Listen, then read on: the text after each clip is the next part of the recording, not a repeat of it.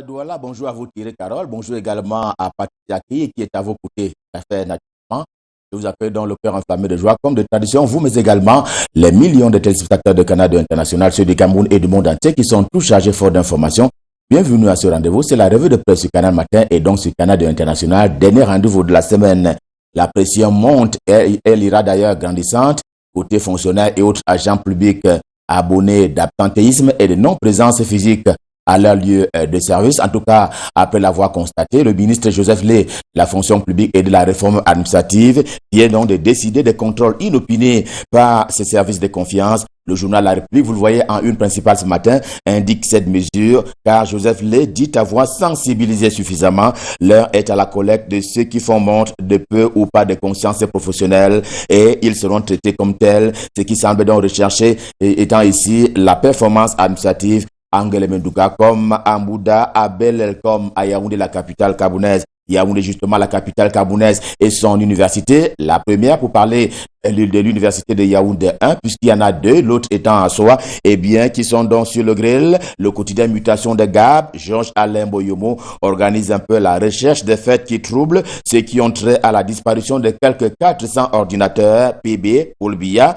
Voici que deux étudiants ont été placés en garde à vue du côté du CED, le secrétariat d'État à la Défense, pour un laps de temps seulement. Il est reproché notamment aux deux suspects d'avoir dérobé le matériel selon un plan qui avait été ourdi, si l'on s'en tient à cette plainte qui a été formulée par le recteur de l'université de Yaoundé, un j'ai nommé Aurélien Sosso. Plainte contre le président de l'association des étudiants de la faculté des sciences de l'université de Yaoundé 1, la présidente, mais également son vice-président, qui ont ainsi été placés en garde à vue au CED. Question de donner un peu plus d'explications sur ce dossier, un dossier à suivre. À suivre aussi cet engagement qui a été pris très récemment encore par la commission Peter Mafani Moussonga, l'ancien premier ministre camerounais aujourd'hui, président de la commission de promotion du bilinguisme et du multiculturalisme au Cameroun. Eh bien, cet engagement-là a trait à cette guerre qui va être menée davantage contre le discours haineux, notamment dans les réseaux sociaux au Cameroun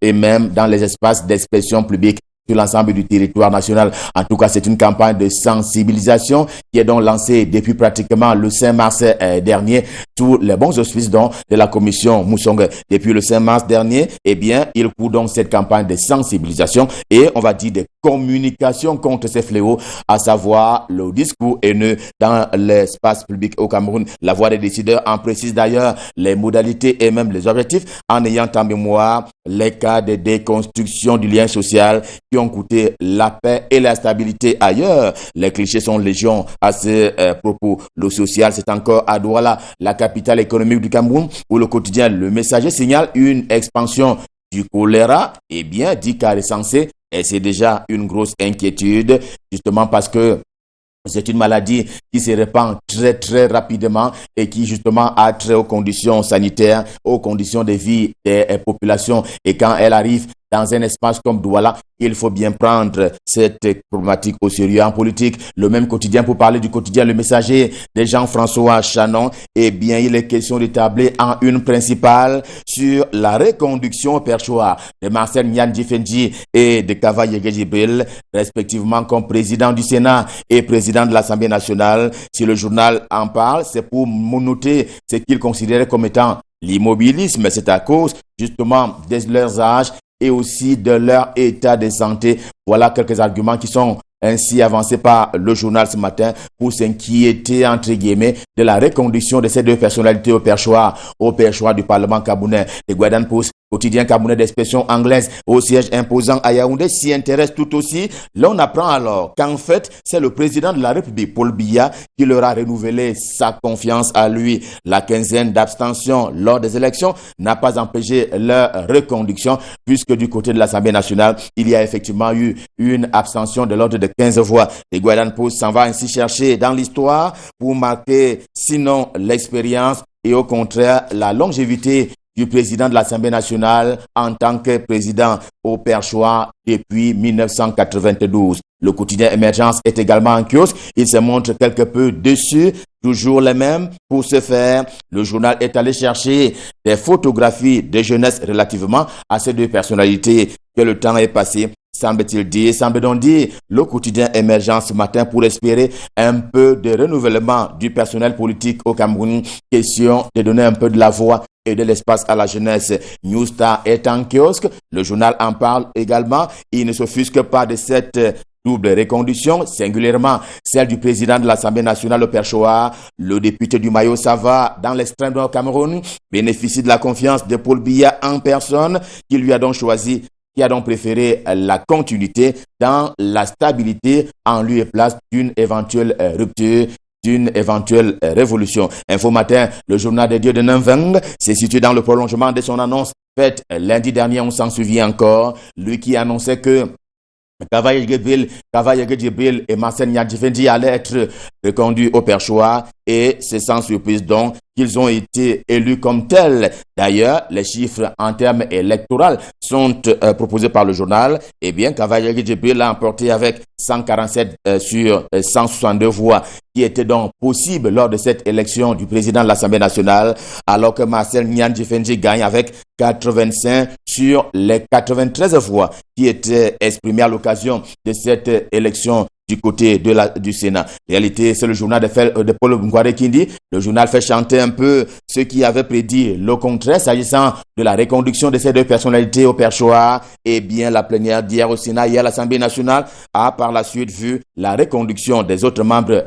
du bureau, parce qu'il faut bien entendu le noter. Eh bien, les autres membres de ces bureaux-là, eux aussi, ont été reconduits à leur poste respectif. Cela s'appelle le pari de la stabilité. Conclusion du journal, du quotidien Réalité de Paul Ngouaré qui dit, mais pourquoi les mêmes? S'interroge pour sa part le quotidien Bleu, encore eux, bien plus encore, s'exclame le jour du jour, comme pour décrier la gérontocratie. À quand le tour des autres? À quand le passage de la main? À quand la place pour les jeunes et la nouvelle alliance? Autant de questions que se pose le quotidien Bleu ce matin, bien obligé de trouver des explications dans ce qu'il est convenu d'appeler le régime de Yaoundé. Du foot au masculin, et ce sont les lions indomptables du football qui retiennent l'attention du journal Daman Mana. La liste est rendue publique très récemment encore par l'entraîneur sélectionneur fait parler d'elle. L'absence dans cette liste du capitaine Choupo-Moting s'est fait, on ne peut plus remarquer, comme s'il avait boudé ou alors au contraire négligé les matchs amicaux que le Cameroun doit livrer dans les jours à venir. De la santé, bien sûr, au menu encore ce vendredi de la presse, le lendemain de la presse nationale. Éco-santé donne de la surface aux idées à tout le monde original des journalistes traitant des questions de santé au quotidien. Ils veulent la décentralisation du dépistage du Covid-19 et un appui on ne peut plus financier au bénéfice des médias à capitaux publics au Cameroun, aux médias à capitaux privés au contraire au Cameroun. L'économie quotidienne est en kiosque. Le journal tient des chiffres au plan du transfert des fonds de la diaspora vers le continent africain, des chiffres qui ont d'ailleurs été puisés à bonne source à la BAD, la Banque africaine de développement plus précisément, et bien moins de la moitié du volume d'envoi d'antan. Voilà ce qui a été opéré au cours de l'année 2020 à destination donc du continent de l'Africain. Africain et en provenance, bien entendu, de la diaspora. L'hebdomadaire L'Indépendant est également en kiosque ce vendredi et d'ailleurs, il nous ramène fortement à la politique pour dire combien le MLC s'avère dangereux. Le MLC étant le mouvement pour la libération du Cameroun qui nourrit ainsi, si l'on s'en tient à ce que dit le journal, des ambitions révolutionnaires, c'est-à-dire renverser le pouvoir de Yaoundé, le pouvoir de Paul Biya selon L'Indépendant. Poste un autre journal camerounais d'expression anglaise, le journal est au pouvoir et tient à y rester dans la guerre de leadership, notamment pour ce qui est du SDF, le Social Democratic Front, et répondant ainsi à Jean-Michel Niteux qui l'accusait. Joshua aussi est formel ce matin dans les colonnes de ce journal. Il n'a jamais été rencontré Paul Biya, ni avant, ni pendant, encore moins après l'élection présidentielle d'octobre 2018 au Cameroun et pour laquelle il était d'ailleurs candidat investi par le SDF, le parti de John Frindi. Un cri de cœur ce matin en provenance de ce journal appartenant à Jérôme Ekoton, un cri de cœur qui est ainsi servi au bénéfice, bien entendu, du professeur Gervais Mendozé. Le mariologue n'a plus assez d'énergie pour dire une seule prière. L'ancien directeur général de la CRTV est très malade à l'hôpital central de Yaoundé. Le journal plaide pour une évacuation sanitaire et il veut que le DCC, le ministre directeur du cabinet civil de la présidence de la République, témoigne de cela pour que Gervais Mendozé vive donc pendant qu'il est vivant. On a commencé par la République, le journal La République. On va terminer également par lui, puisqu'il est désormais interdit de tenir les funérailles dans le département des Hauts-Plateaux, région de l'Ouest Cameroun. Ainsi en a décidé le préfet Yampen Ousmanou, le chef de terre, d'y prendre une mesure préventive face à la résurgence du coronavirus, notamment pour ce qui est de cette partie du pays, l'Ouest Cameroun et le département dont il a la charge.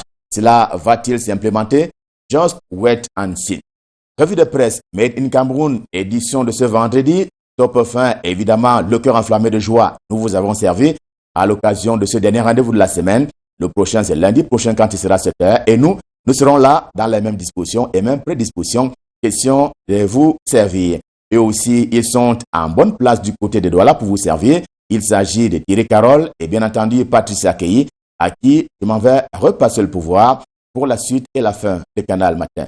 C'est donc à vous, Patricia Keyi, c'est à vous, Thierry Carole, en vous souhaitant également un bon week-end par anticipation. Je vous repasse le pouvoir. C'est à vous à Douala. Merci Gilles Pierre-Sonneau, 7h13, c'est l'instant réservé à la page Bleu Azur et on se retrouve dans quelques instants pour la suite du Canal Matin.